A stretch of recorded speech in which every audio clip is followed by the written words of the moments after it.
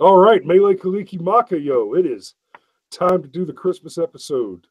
Tomorrow, of course, Christmas Eve, and we're cutting in early tonight so that I can get out and go do dinner with the family and some of my favorite people, the Colonels, Hersey. Um, Interesting week, a lot of stuff. We're not going to get, I'm going to touch on it real quick, just a quick just touch, because I want to develop this more. That Mattis is leaving over the Syria decision is a complex conversation that we need to have. We're not going to have it tonight. I don't want to get into anything quite that heavy. We are going to get into some heavy shit tonight. But just to keep you clear on where we are with the whole Middle East situation. Pulling out of Syria is a touchy issue, because just like everywhere else in the Middle East, there are no good guys. There's not somebody there who's a positive influence. That's the biggest thing that makes it so contentious to deal with the whole Middle East situation. Losing Mattis as Seki Def, that hurts, but I get it. I'm a little disappointed at him because of it, and I'm not exactly disappointed in Trump. I'm a little annoyed because I think he's doing the right thing incorrectly in this case. That's not fair. You can't even you can't say something like that if we're just going to brush over it, because of course I want to chew into that.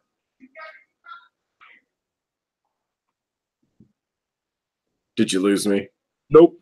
I'm teasing y'all for next week. So,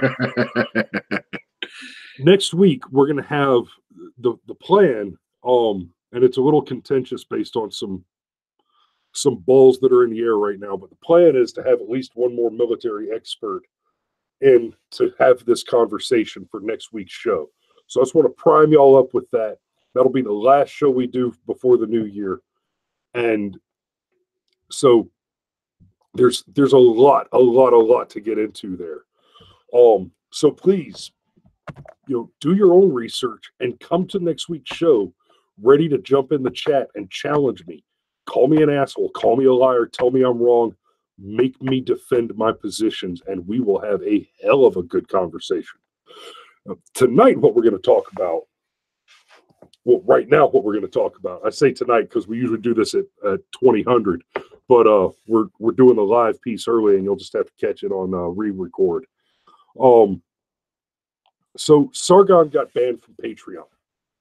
That was a little over a week ago. That Sargon got kicked off of Patreon is not what's news. It's the fallout from it. So as this whole situation has developed, many other creators have lost extraordinary swaths of their livelihoods because their patrons are abandoning not the creators, but they're abandoning Patreon. And one of the big problems with this is, as these patrons abandon Patreon because of Patreon's clear bigotry and bias, there's not an alternative. There was an alternative. There were some alternatives, like Subscribestar was the big one where everybody thought they were going to go. But as soon as everybody's tried to migrate to Subscribestar, PayPal jumped in and shut them down. So this is a systematic. Hang on, let me unplug this thing so it doesn't keep doing that. This is a systematic assault on free speech. Absolutely. And Cameron and I were talking about this earlier. They talk about banning the Nazis. Of course, y'all remember the old adage. First they came for the Jews, and then they came for this, and then they came for that. And then when they came, and I didn't say anything, and then when they came for me, there was nobody to stand up for me.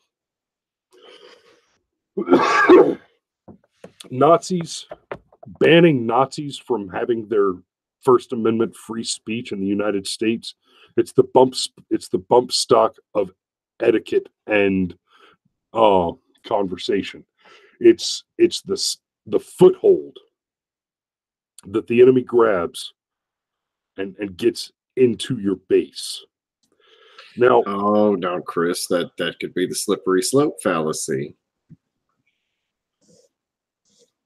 yeah. Do you know what the only fallacy that is more common in sophist debate than the use of the slippery slope fallacy? It's the fallacy that the slippery slope argument is fallacious. The slippery slope argument is not a fallacy.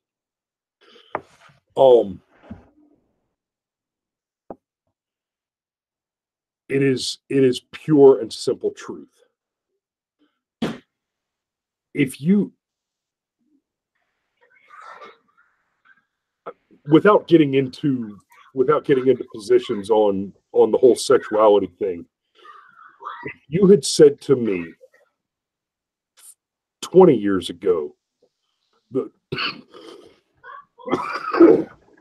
excuse me, that we would have gay marriage in this country, and especially through a Supreme Court decision by the year 2016. Yeah, it was 2016 when Obergefell, was that 2016 or 2015?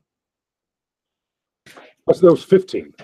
Gay marriage was 2015. It was one of the last things that happened before the Obama administration ended. Yeah. Oh, that was the Obergefell decision. If you'd have told anybody that would be the case back in the 90s, the expectation would be, nah, that's a little soon. And of course, as soon as Obergefell was decided, we started hearing all this. All of a sudden, it was okay. Now we have to talk about trans rights and pedo rights and furries and blah blah blah blah blah. The slippery slope is not a fallacy. It is a thing which happens. It is flat true. Okay. We started with the idea of banning hate speech, which still is not ensconced in. Hey, Chris, real quick, can I give a correction? Yes. It was actually June 26, 2015 that the Supreme Court decided on same-sex marriage. I thought we already said 2015. Yeah. Well, we said 2016, I think. I'm just trying to make sure we're right. Just, for the right reasons. Merry Christmas. Anyhow, keep going. So now they kicked Sargon off. And it's not just Sargon getting kicked off of Patreon. A bunch of other creators are losing their livelihoods because their patrons are fleeing Patreon. Okay. We're not getting screwed by the whole Patreon deal because, well, we just make money outside of this for now. Hopefully we can take that another direction soon. But the fact of the matter is, Patreon is playing favorites. Matt Christensen had this long conversation. I recommend watching his video and Sargon's video where he does the dramatic reading of the transcript of Matt Christensen's. God, it's so hard to get through though, Chris, because it just half an hour of hard to get through. But I mean, it's informative, but it's painful, and to realize, and if you haven't watched this thing or listened to it or whatever, I mean, there are some exaggerated elements, but I mean, you have to understand, like, this is basically Patreon's defense in real time. Yes, extremely sarcastically, but oh God, it hurts. I feel IQ points disappearing listening to the audio. I really do. And what makes it so glaring is that it's so very clear that the idea that there's a contract of terms and service that you sign on to where you agree to obey by a set of terms and conditions it's just irrelevant to the decision that's been made. They have literally just selected Sargon for deplatforming on pure personal opinion. They haven't decided that anything he said is actually a violation of their terms and conditions. What they've done is they've decided that they find him personally distasteful or disagreeable. They don't like him. And well, so what they did is they found a loophole inside of a loophole inside of a loophole inside of a loophole inside of a video that was made almost a year ago by somebody that's only got 4,000 subscribers, in which Sargon calls neo-Nazis the N-word and the gay F-word slur. And if you listen to the whole thing, he's actually making fun of them for using the language that they use on purpose. He's not just saying it just to be shocking, even though Sargon is a well-known shit poster and will be shocking. He's a free speech absolutist. But he's trying to be particularly insulting to Nazis, and he's using highly offensive language to do it. And it's being drug up from almost a year ago to just to hurt him. It's really just going to be a speed bump, because once you reach a level like Sargon got to, unless they can equate you with some kind of kitty born, they can't break you anymore, because now you can just go straight to your fans. So yeah. Are we there? yeah, we're there. We're there. Okay. Hey, Lukey, you want to watch a video? Hey, look, this one decided to join us, and he's wearing almost the right colors, Mario colors. Look. Oh, good Lord. You watch this video? Mario? I don't think you can watch this video. Say Merry Christmas. Look right there and say, say Merry Christmas. Merry Christmas. Okay. Merry Christmas, Mookie. All right. You gotta say Merry Christmas to that. Yes. All right. I'm hungry. I'm hungry. You're gonna have to wait. Okay, here we go. So I'm gonna screen share this thing that I put together.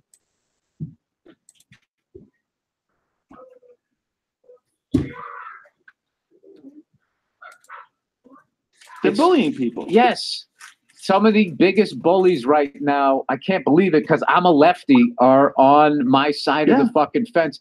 And no, it's really getting crazy. It's gotten to the point, like, I've seen, I'm not going to name names, but I've seen, like, you know, a tweet from a fellow comic telling comics what jokes you shouldn't talk about this topic. Now. Have you really, you've really seen comics say that? Yeah. Real comics?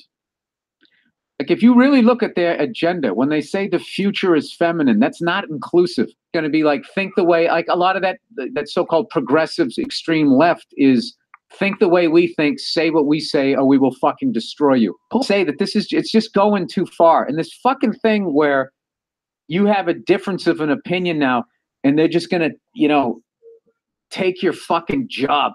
Used racial and homophobic slurs as insults in a conversation shared online. As a result, that page has been removed from Patreon. The fact that she then takes it to the point that because he had the audacity to have a difference of an opinion, that's the thing now, that now we're going to destroy you and you can't be on this thing. And if you said anything sort of, oh, let's look at the evidence, God forbid you fucking said that. Last week, the Republican members of the U.S. Senate Judiciary Committee confirmed what many of us knew already. When faced with a choice between believing a woman or believing a man, they'll go with the man every time.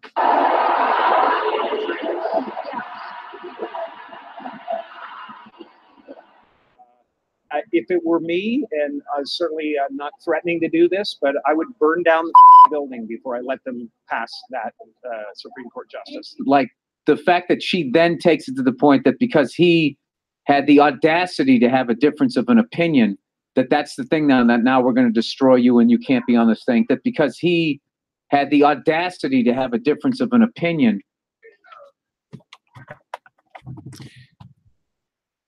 So yeah, just a little package we put together there.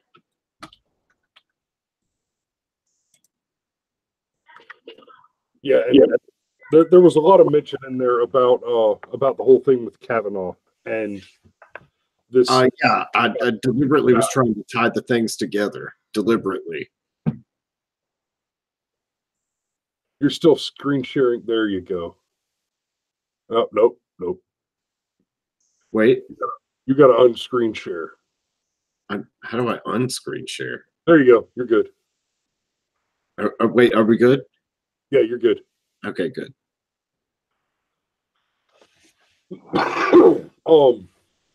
Excuse me. Sorry, guys. I've had a little bit of a cough past couple days. I'm still getting over it.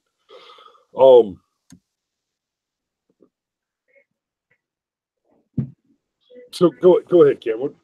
Before I start digging into Kavanaugh stuff, I don't want to go too deep into that because it's kind of old news, but it is part of this conversation. Well, part of what I was trying to do here was I occasionally listen to the Joe Rogan podcast, and I heard this thing from Bill Burr, another comedian I've heard. I have a Pandora channel where I listen to comedians, and I've heard Bill Burr a few times and laughed at Bill Burr a few times. And I did, honest to God, edit his comments advantageously to the point that I was trying to make. But as I listened to him describe from a leftist insider's perspective about what it was like, about how you have to tweet the right thing and say the right thing and do the right thing, and if you even ask, just say, hey, is there any evidence? Is there any logic? Is it really reasonable to think that maybe this terrible thing happened, or maybe this is one of those things where there's two sides to the story, or whatever? I couldn't help but see a comparison in the zeitgeist of our culture to what happened to Brett Kavanaugh, a guy who, I mean, good grief. I don't know how much more, I guess in some way stereotypical you could get about the kind of guy that Brett Kavanaugh is. He basically started keeping a calendar and a diary in high school when he was in his private high school, because he was going to have some kind of high-powered career. He was going to get a law degree or a medical degree or an engineering degree. Like this was the career path a guy like Brett Kavanaugh was on. And because he was accused of all of these terrible things, and there were people like me included who said, if you give me the teeny tiniest scintilla of evidence that any of this is true, now maybe Brett Kavanaugh does need to be pulled out of consideration. And I couldn't help but compare it to Sargon, a guy that on a completely different end of the free speech spectrum also has been accused of things like being on the alt-right, being a Nazi, being all these terrible, horrible things. And on the stream that we've been referencing, he was actually making fun of Nazis. And so to the fact that all it takes is the accusation, all it takes is you've been painted with the bigoted brush, with the racist brush, with the homophobic, transphobic, whatever brush. And now we can kick you out of the public platform, which is, I'm going to describe as the Google space, because Google owns YouTube, Google owns Google, basically, Snapchat. They don't own Facebook, but I would find it very hard to believe that there's not frequent communication between Google and Facebook. And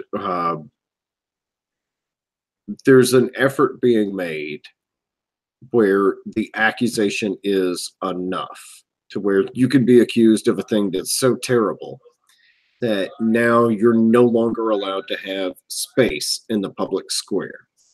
And if you're given space in the public square, which in this case is the Google realm, the Facebook realm, the to a lesser extent, the Apple iTunes realm, somehow Google and Apple are morally responsible for the fact that they let a Nazi say something on Facebook's Facebook page or a YouTube post or whatever. And so they want to just kick all that speech out of the public square. And part of the net result of that is that culturally it's acceptable to take a guy like Sargon, who's basically a professional shitpost, who is just he's funny, and maybe you don't like his snark, and that's fair, all the way up to Brett Kavanaugh. But because they don't think the right things, they don't say the right things, they don't act the right way, 100% of the time, it's okay to destroy their life. And that bothers me. And so what I want to toss it back to you, Chris, is if we're going to look at what I'm terming the Google space as the public square, how do you fix that? Because if Google is a private company, I'm not real sure I want the federal government to tell them what they have to do with their information. Okay. How do you feel about the NRA lobbying the government for pro-gun rights legislation? Or more correctly, what it should be is to prevent legislation involving guns at all. But lest I digress, how do you feel about the NRA lobbying the government? Generally speaking, a private organization wants to spend their own money asking the federal government for certain types of policy, then okay. As long as everything's above board, there's public records of all financial transactions. I'm actually somebody that believes there should not be any kind of campaign finance limits. You should just have everything be completely above board. Like there's no such thing as an illegal contribution. You just have to know where it came from. So as far as the NRA being allowed to lobby the government, sure, anybody, everybody, go right ahead. If you want to piss your money down that hole, you're free to. Okay, how about Planned Parenthood lobbying the government? Is that different? I think Planned Parenthood is, in a lot of ways, disgusting because they hide their abortion statistics. But if they exist purely on private funding, again, which I know Planned Parenthood does not. And there's my point. There's exactly the point I'm getting at. Planned Parenthood is government funded. Yeah, just from the free speech aspect, though, even they're a shitball organization because they lie about their abortion statistics. But if they were fully privately funded, but they're not, so please, you check and mate, sir. So the decision, there was a Supreme Court decision earlier this year against Planned Parenthood because Planned Parenthood was, or I'm sorry, not Planned Parenthood in particular. There was a state law in California that required certain types of non-abortion crisis pregnancy centers, I think is what they were called. Basically, they're Christian-based, they're faith-based, alternative to abortions for not keeping the baby that you shouldn't be having because you didn't plan for it and you're a useless human being. But alternatives to abortion. And the state law was requiring those facilities to advertise the abortion option with Planned Parenthood posters in their facilities, essentially. And the Supreme Court said, no, that is compelled speech. Can't do that. So there's part of it. The other part of it, of course, is Planned Parenthood lobbies the government, not just to make laws that are advantageous to Planned Parenthood, but to increase the amount of funding that is given to Planned Parenthood. The NRA lobbies the government to what should be is to not pass laws that are antithetical to the Second Amendment. The NRA doesn't have the best track record on gun rights. No, they don't. The NRA actually did. That's a whole tangent. That's a whole tangent that we don't need to go down. But no, please, let's go all the way down that rabbit hole. No, not tonight. I got a dinner to get to. I hear you. But the NRA does not receive any government funding. The NRA is 100% privately funded. So I contend that a private organization is the voice of the citizens that make it up. Whereas something like Planned Parenthood, which is not a private organization because it is government subsidized, government funded, it's a conflict of interest because they're lobbying the government to increase the amount of money that they get from the government. So Google received $630 million from states like Oregon, North Carolina, and several others. Oh, wait, what? Wait. And that's just the tip of that iceberg. Google is subsidized by government dollars. So keep that in mind. Google is not actually, legitimately a private company. It is a government subsidized entity. Now, the public square. What do we mean when we say the public square? It's literally the center of town where it used to be the case that a candidate, a political speaker, would stand on a stage or a box and speak. And the public would gather to hear them speak. And they would engage in debate. That no longer occurs out in the physical world. For one, there's more people now. We're spread out over a further distance. And there are more of us that are educated enough to actually form and tabulate opinions on these subject matters. Facebook, which is also government subsidized, Twitter, which is also government subsidized, Google, which is also government subsidized, and YouTube, which is also government subsidized, etc. Even Apple. Because make no mistake, the whole GPS system, that's originally a government program that's a whole thing. Look into the Keyhole Project. You'll be fascinated. I guarantee it. But these publicly funded fora are the new public square. And then on top of that, you have the fact that they want to have the legal benefits of not being, they want to have the legal standing of a platform, because a platform is not liable for libel and slander.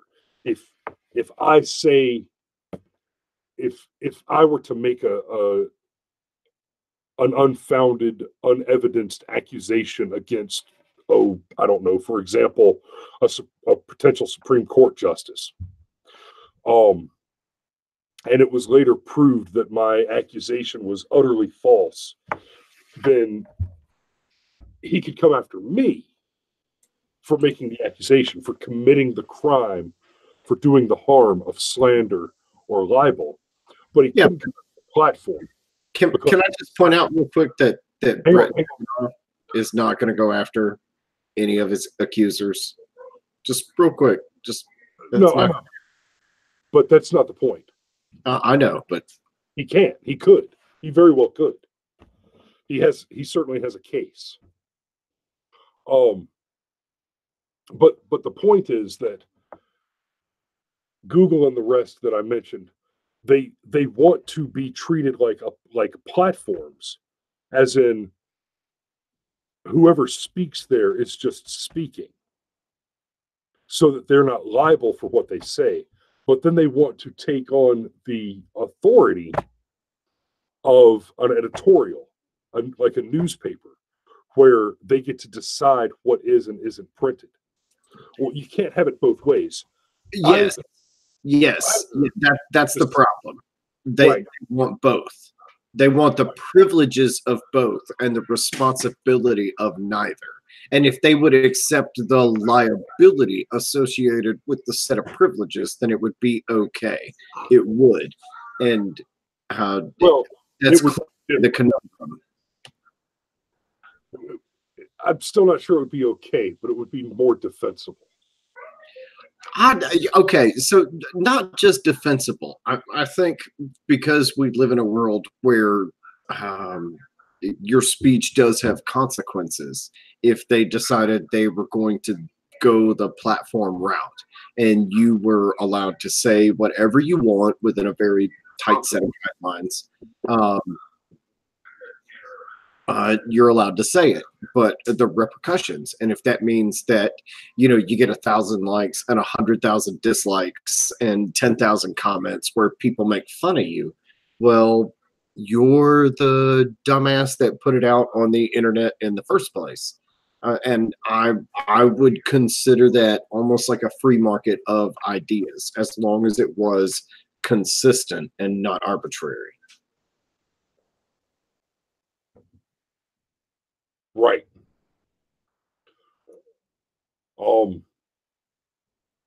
Yeah, I got nothing to add to that.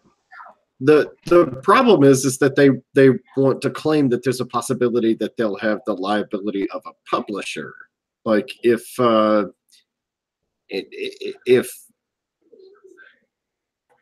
basically what happens is let's say Under Armour, and we're using Under Armour as an example because they are a company that was targeted by these sorts of attacks. But let's say Under Armour gets 5,000 emails saying, "Whoa, oh no, you had advertising show up on a neo-Nazi video on a YouTube page by some white woman promoting white woman stuff that's like got dog whistles and coded language and all this other stuff, and it's all secretly neo-Nazi. And do you really want Under Armour to be associated with that? And I am never gonna buy Under Armour ever again. Oh no, you need to get woke and go broke, or you're gonna go broke anyway because we hate you and you're wrong. And if you disagree with us, you don't deserve a place on this platform to disagree with us." So that's what happens, is a company like Under Armour gets flooded with thousands of emails in a 48-hour, 72-hour window, all complaining about the same general thing. And then Under Armour sends Google a message and says, "Oh no, don't put our advertising in the neo-Nazi videos."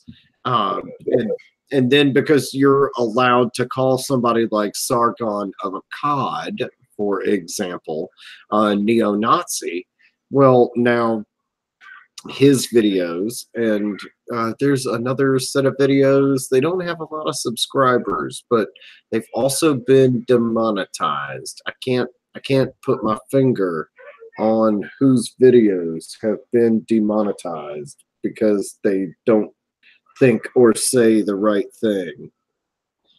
Anyhow, that's enough of the snark and sarcasm. I've actually won several contests, but yes, we have actually had several of our videos demonetized. Not that we don't make any money off this channel, but we have had videos put in demonetized state and limited state and so on. And yeah, the point is, I'd be okay with all that if the rules were flat. It's sort of like a football game. When the referee throws a penalty flag, it's not because he likes one team more than the other. It's because there was a penalty that both teams can be assessed for on the same measurements. When you've got Sargon, who is being accused of being a racist and a homophobe because he was making fun of Nazis, the same people that the left wants deplatformed. I mean, everything from the hypocrisy to the pure free speech element of it. It's just, it's unacceptable. So pick one. Google, Facebook, whatever, Twitter, all of you. If you want to be a publisher, fine, be a publisher and be as picky of a publisher as you want to be. I support that, absolutely. And if you're going to be a platform, well, then be a platform, be a soapbox. If the guy that gets on the soapbox and starts to speak is just a big crazy and nobody wants to listen to him, everybody else in the crowd will kick him off the soapbox. Nobody wants to get booze forever. They don't. They don't. No, that's correct. None of us. I got a pretty thick skin, but I will get tired of just listening to abuse eventually. Yeah. Not that we get a lot of abuse. But hey, so one more thing before we go and we call it. Can I share my happy news? Other than the fact that Merry Christmas, Trump has shut down the government. Yes. Merry Christmas, Trump has shut down the government, and I've been married for 11 years. Yeah. Yay. No, but we kind of want to bring a segment back, or at least I do, because I love it, but it's White Hats Matter. So,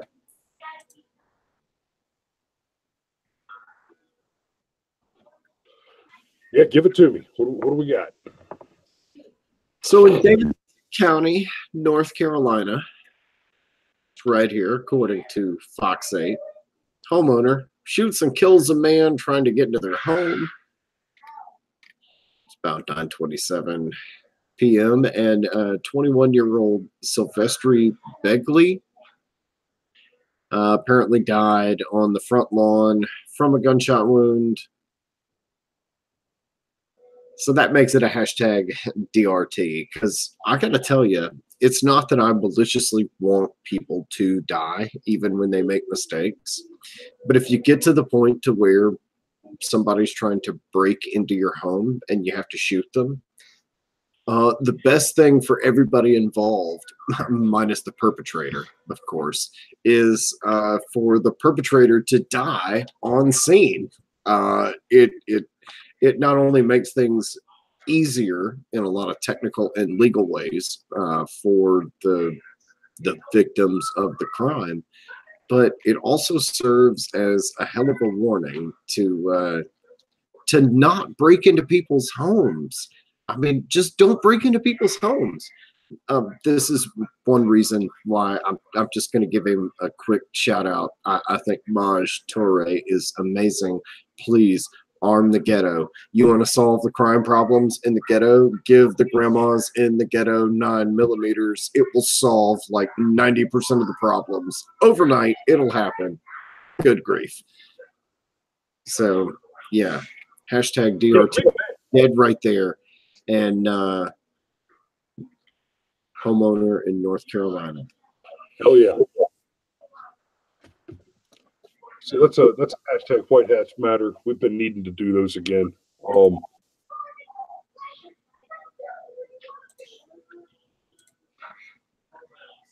Yeah. And good job with shout out to Maj Toure. Yeah, and just so that we're clear, hashtag DRT, for anybody that needs a refresher, is dead right there. This is separate from a DOT, which is a dead over there, which is what happens when they are taken to the hospital and they die at the hospital. DOTs are our number 2 favorite stories, with good guy with a gun and White Hats Matter. But yeah, DRT, dead right there. No more problems. Yep. All right. Well, guys, that's the show for this week. We're hoping to try and bring in a special guest next week and maybe get a little bit more in depth on the whole Syria thing and So, like I said before, really do your homework, bring some questions. I dare you, challenge me on this. Make the conversation interesting, and we will see you then. Until next week. Merry Christmas, guys, and we will see you. Merry Christmas. All right. Good night.